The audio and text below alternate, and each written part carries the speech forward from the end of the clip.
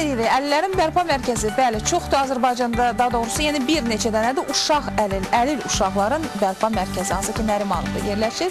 Bax, orada bizim, deməli, çəkiliş qrupumuz yollanıb.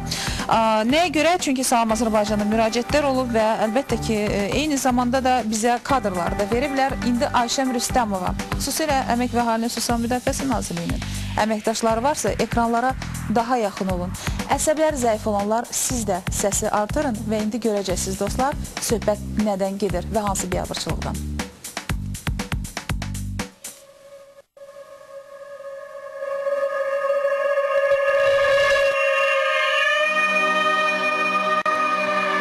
Nərimanov rayonunda yerləşən Uşaq Bərpa Müalicə Mərkəzində uşaqların reabilitasiya keçdiyini düşünənlər yanılırlar. Bizə müraciət edən xəstə yaxınları, valideynlər orada uşaqlar üçün yaradılan şərait və göstərilən xidmət haqqında danışanda qulaqlarımıza inanmadıq. Eşitdiklərimizi gözümüzlə görmək və göstərmək üçün yollandıq Uşaq Bərpa Müalicə Mərkəzinə.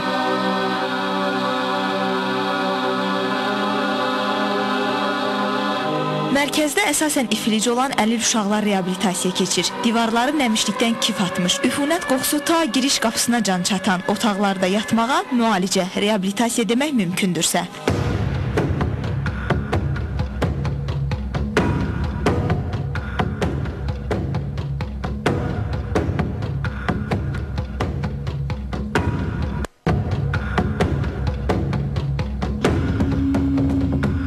Bərpa mərkəzinin kitabxanası olan bu otaq nisbətən geniş olduğundan xəstələri bura yığıblar, daha doğrusu doldurublar. Məni bağışlayın, amma bir otağa 22 nəfər yerləşdirib deməyə dilim gəlmir. Özü də burada yatan uşaqların 11 yaşdan kiçik azyaşlılar və iflic olan körpələr olduğunu nəzərə alsaq, bu biabırçılığa göz yumanların Azərbaycanlı olduğuna inanmağım gəlmir. Ən maraqlısı odur ki, Uşaq Bərpa Müalicə Mərkəzinin baş həkimi Şahin Tağıyev bu mənzərədən xəbərdardır. O hətta uşaqların qayğısına qalır, bizi otaqdan tez çıxmağımızı və qələbəli yaratmamağımızı əmr edir.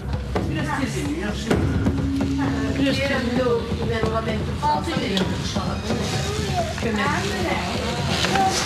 tez edin. Burada olsun.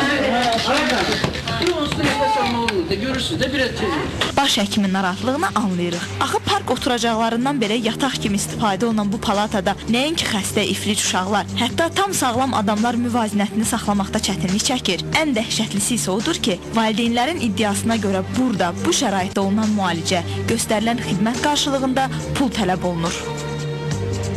Bizə kimə yanaşanda deyirsən ki, bir iynə bu deyirlər pul budur.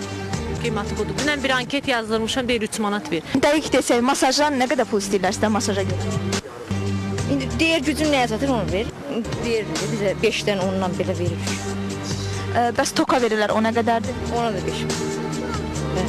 İynə vuranda?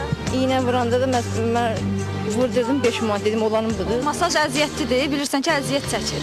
Amma ki, neynəmə, bizdə imkanımız olsa mən bura niyə gəlirəm ki? Deyirlər bərpa mərkəzi, mən də pulsuzluğa görə və mən 2 dənə uşağa hara aparım? Təsəvvür buna da pul verirəm, buna da pul verirəm. Mənim pulum olsa burada nə işim var mənim? Bəs siz bu haqda baş həkimə müraciət eləmisiniz? Yerim narahat olub demişəm, deyib budur da qalmalısın. Amma boş otaq qala-qala. Valideynlərin şikayəti bununla bitmir. Onlar hətta müalicə mərkəzinin ayaq yolsunu da təmizlədiklərini bildirirlər. Deyirlər, gedin o tualeti təmizləyin, zəhmət çəkin, zivili tökün, ondan sonra palatanı silin.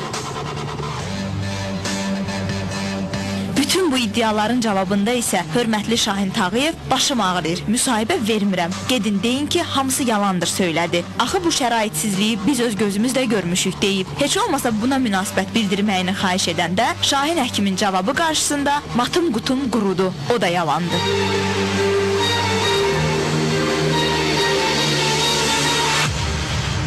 Salam Azərbaycan, sabahınız xeyir olsun. Bizim işimiz əlbəttə ki, bu problemlər nələr varsa biz göstərməkdir. Çünki xatırladıram, yəni qarşı tərəfin də biz mövqeyini istəyirik almaq, baş həkim bizdən qaçır. Əmək və Əhalinin Sosial Müdafiəsi Nazirliyinə bir neçə dəfə müraciət elədik və oradan Eldar müəllim var, səhv eləmirəmsə, dedi ki, axı elə bir şey yoxdur, var və biz indi başa düşürük və bu reabilitasiya mərkəzində baxanda çox gözəl atalar sizi yada düşür.